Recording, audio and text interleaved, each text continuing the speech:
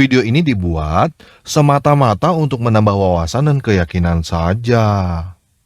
Internet adalah platform publik yang penggunanya bebas untuk menyampaikan opini dan aspirasi dengan cara yang sopan, santun, dan beretika, bukan untuk provokasi.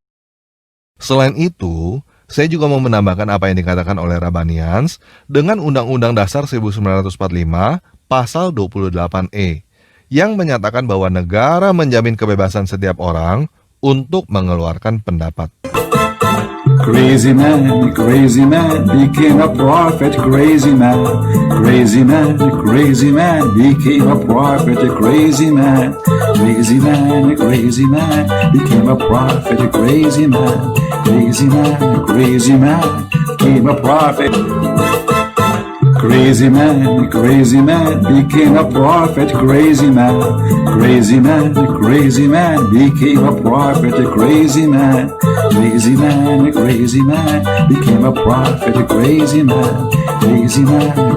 man became a prophet. Hey!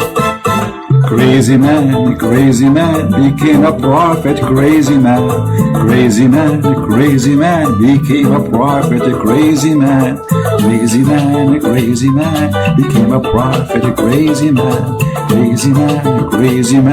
became a prophet. Crazy man became a prophet. Crazy man became a prophet. Crazy man became a prophet. Crazy man became a prophet. Hey! Shalom Bapak Ibu semua. Banyak para akademisi dan ulama Islam mencari pembenaran bahwasanya Muhammad disebutkan di dalam Alkitab, baik itu perjanjian lama maupun perjanjian baru. Video ini hanya akan mengingatkan teman-teman kita, saudara-saudara kita yang dari Islam, khususnya para akademisi Islam, untuk mempertimbangkan kembali pernyataan itu. Karena nanti outputnya akan bertolak belakang dengan keyakinan mereka selama ini. Segala macam cara dilakukan untuk membenarkan, mencari ayat di mana Muhammad disebutkan dalam Alkitab. Bahkan beberapa teman saya menuduh bahwa orang Kristen sengaja menyembunyikan identitas Muhammad dalam Alkitab. Selama ini, saudara-saudara kita yang dari Islam selalu mengatakan, pakai otak, pakai akal, situ waras atau enggak. Saya pribadi sebagai orang Kristen, seolah-olah dituduh tidak pakai otak. Oke, tidak apa-apa. Anggaplah saya adalah orang yang selama ini tidak pakai akal sehat saya, tidak pakai rasio saya. Tidak masalah Bapak Ibu. Kita ikutin. Ya, nah, saya mulai pakai akal sehat sekarang. Kalau Alkitab itu dikatakan palsu, kita tahu sendiri bahwa mayoritas orang Islam mengatakan Alkitab itu sudah dipalsukan. Nah, kalau Muhammad ada dalam Alkitab, di mana Alkitab itu adalah kitab yang palsu, berarti pernyataan Muhammad dalam Alkitab itu juga palsu. Kenapa? Referensinya adalah palsu. Begitu kira-kira akal sehat orang Kristen, Bapak Ibu. Jadi, kalau sudah dikatakan bahwa Alkitab palsu, harusnya para akademisi, ustadz Islam, tidak lagi berbicara tentang Muhammad ada dalam Alkitab. Kenapa? Di kitabnya itu palsu. Kenapa mencari pembenaran pada kitab yang palsu? Harusnya perdebatan Muhammad ada dalam Alkitab stop sampai di sini, tidak berlanjut lagi. Harusnya sampai di sini tidak ada lagi ulama Islam dan para akademisi yang mengatakan bahwa Muhammad ada dalam Alkitab. Karena referensinya adalah dari sumber yang palsu. Jangan mencari pembuktian pada kitab yang palsu. Nah, kalau masih tetap juga berlanjut pembahasan Muhammad ada dalam Alkitab. Yang pertama, ustadz yang mengatakan Muhammad dalam Alkitab adalah ustadz yang sesat. Kenapa? Mengambil dari referensi yang palsu. Mengambil dari referensi yang sesat. Nah, orang yang mengambil dari referensi yang sesat adalah orang sesat. Mencari pembenaran kepada kitab yang sesat adalah sesat. Berarti ustadz yang mengatakan dan membenarkan dan mencari pembuktian bahwa Muhammad disebutkan dalam Alkitab, berarti adalah ustadz yang sesat, Bapak Ibu. Yang kedua, kalau masih tetap mempertahankan bahwa Muhammad ada dalam Alkitab, itu berarti saudara kita itu mengakui bahwa Alkitab itu benar. Itu dulu. Kalau diakui Alkitab itu benar, baru pembahasan selanjutnya muncul, Bapak Ibu. Ketika saudara-saudara kita yang dari Islam mengakui kebenaran Alkitab, itu harus juga mengakui hal ini. Yang pertama, Yesus adalah Tuhan yang jadi manusia. Karena itu tercatat dalam Alkitab. Ketika kita katakan bahwa Muhammad ada dalam Alkitab dan Alkitab itu benar, berarti semua kisah Alkitab juga harus benar. Yesus harus diakui mati disalibkan demi menebus dosa manusia. Murid-murid Yesus dan para rasul adalah benar, termasuk Paulus sendiri. Dan yang keempat adalah apa yang melawan isi Alkitab, melawan Kristus, itu sama dengan antikristus. Pertanyaan saya kepada saudara-saudara kita yang dari Islam, apakah Anda mengakui Alkitab itu benar? Kalau Anda mengakui Alkitab benar, berarti Anda harus mengakui bahwa Yesus adalah Tuhan yang jadi manusia. Baru bisa lanjut bahwa Muhammad ada dalam Alkitab. Ketika Anda tidak mengakui bahwa Alkitab itu benar, maka stop sampai di sini. Jangan cerita lagi bahwa Muhammad ada dalam Alkitab, karena Anda sudah katakan bahwa Alkitab itu palsu. Jangan mencari pembuktian dari yang palsu. Carilah pembuktian dari yang benar.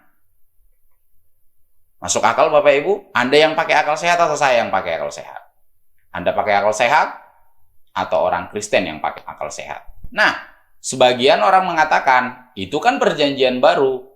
Alkitab yang benar adalah perjanjian lama. Perjanjian baru tidak berlaku. Sebagian orang mengatakan demikian. Oke, kita ikuti. Kita ikuti Bapak Ibu.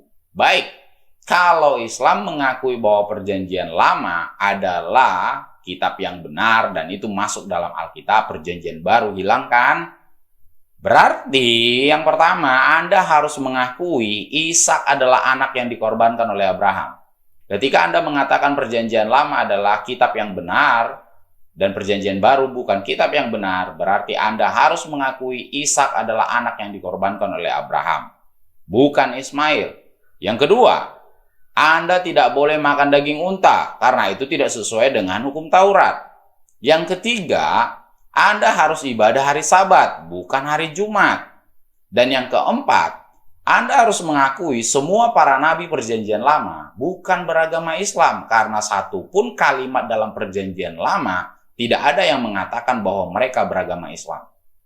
Dan yang kelima adalah semua kisah tokoh-tokoh perjanjian lama benar. Itu adalah tantangan bagi Anda. Coba pakai akal sehat Anda. Jadi, kalau ada ustadz yang mengajarkan Ishak bukan anak yang mau dikorbankan oleh Abraham, maka ustadz itu adalah ustadz yang sesat karena tidak sesuai dengan perjanjian lama. Masih bertahan? Baik. Nah, kalau masih tetap mengatakan bahwa perjanjian lama saja yang benar, perjanjian baru itu bukan Alkitab, berarti pembahasan bahwa Muhammad ada dalam kitab Yohanes harusnya tidak ada lagi, Bapak Ibu. Tidak ada lagi. Kenapa? Karena kitab Yohanes ada dalam kitab perjanjian baru. Jadi kalau masih juga tetap ada ustadz yang membahas dan mempertahankan bahwa Muhammad ada dalam kitab Yohanes, mohon maaf. Berarti ustadz itu sesat. Karena Anda mengakui perjanjian baru bukan Alkitab. Kalau Anda sudah mengakui bahwa perjanjian baru adalah Alkitab, kembali lagi yang ke sebelumnya. Anda harus mengakui Yesus adalah Tuhan yang jadi manusia. Yesus mati disalibkan. Murid-murid Yesus dan para rasul adalah benar, termasuk Paulus sendiri. Dan Anda jangan jadi antikristus. Ada seorang dokter dari India dan seorang ulama dari Indonesia yang mengatakan bahwa Muhammad ada dalam Alkitab Perjanjian Lama, khususnya dalam kitab Kidung Agung. Nah, kembali lagi pakai akal sehat. Kidung Agung adalah satu kitab yang unik yang telah dicap oleh banyak orang Islam, termasuk para akademisi Islam, dianggap sebagai kitab porno. Yuk, pakai akal sehat. Kalau begitu, mengapa harus mengutip kitab porno untuk membuktikan Muhammad ada di sana? Akal sehat. Balik lagi akal sehat. Nah, saya dibantu oleh beberapa literatur Bapak Ibu untuk kita lihat apa teksnya dalam perjanjian lama. Saya dibantu oleh The Hebrew and Aramaic Lexicon of the Old Testament. Saya dibantu juga The New International Commentary on the Old Testament, Song of Songs. Dan saya juga dibantu oleh NLT Study Bible. Nah, kita lihat dulu dalam Kidung Agung 5 ayat 16. Beliau, yaitu dokter dari India, itu mengatakan bahwa Muhammad ada dalam kitab Kidung Agung 5 ayat 16. Perhatikan kata Mahmadin. Hikum mametakim wekullo Muhammadim Zedo di Wezere Benot Yerusalem. Mahmadim punya kata dasar adalah Mahmad. Yang diterjemahkan oleh beliau itu adalah Muhammad. Dan itu diakui juga oleh seorang ustadz di Indonesia ini yang mengatakan bahwa Muhammad ada dalam Alkitab. Nah, setiap kata Mahmad adalah Muhammad. Baik. Biasanya para akademisi Kristen akan membantah hal itu. Bukan itu maksudnya. Ya, karena memang Kidung Agung adalah alegori kisah cinta dan keintiman antara Tuhan dengan bangsa Israel yang digambarkan lewat kisah cinta sepasang kekasih. Nah, itu kita bisa lihat di sini. Kidung Agung 5 ayat 16 itu berbicara tentang keinginan seorang perempuan untuk mencium suaminya. The woman ends her description with an indication of her desire to kiss him. Her comments anticipate a deep kiss. Jadi, perempuan itu ingin memberikan ciuman yang spesial kepada kekasihnya. Dan dia berharap itu. Nah, desirable itu ditulis di situ Mahmadim. Nah, arti Mahmad dalam bahasa Ibrani itu adalah desirable, yang diinginkan. Nah, tapi tetap, saudara-saudara kita yang dari Islam mengatakan, bukan. Itu bukan bicara tentang keinginan saja, tapi itu bicara tentang Muhammad. Baik, kita ikuti Bapak Ibu. Nah, pakai akal sehat lagi. Kidung Agung itu adalah kisah sepasang kekasih antara Salomo dengan gadis Sulam.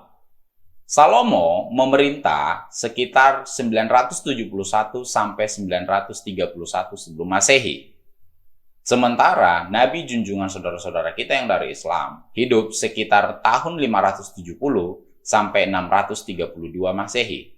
Nah, kalau kita hitung berdasarkan akal sehat rentang waktu, itu butuh sekitar 1500 tahun mulai dari gadis Sulam itu dengan Nabi junjungan yang dari Islam.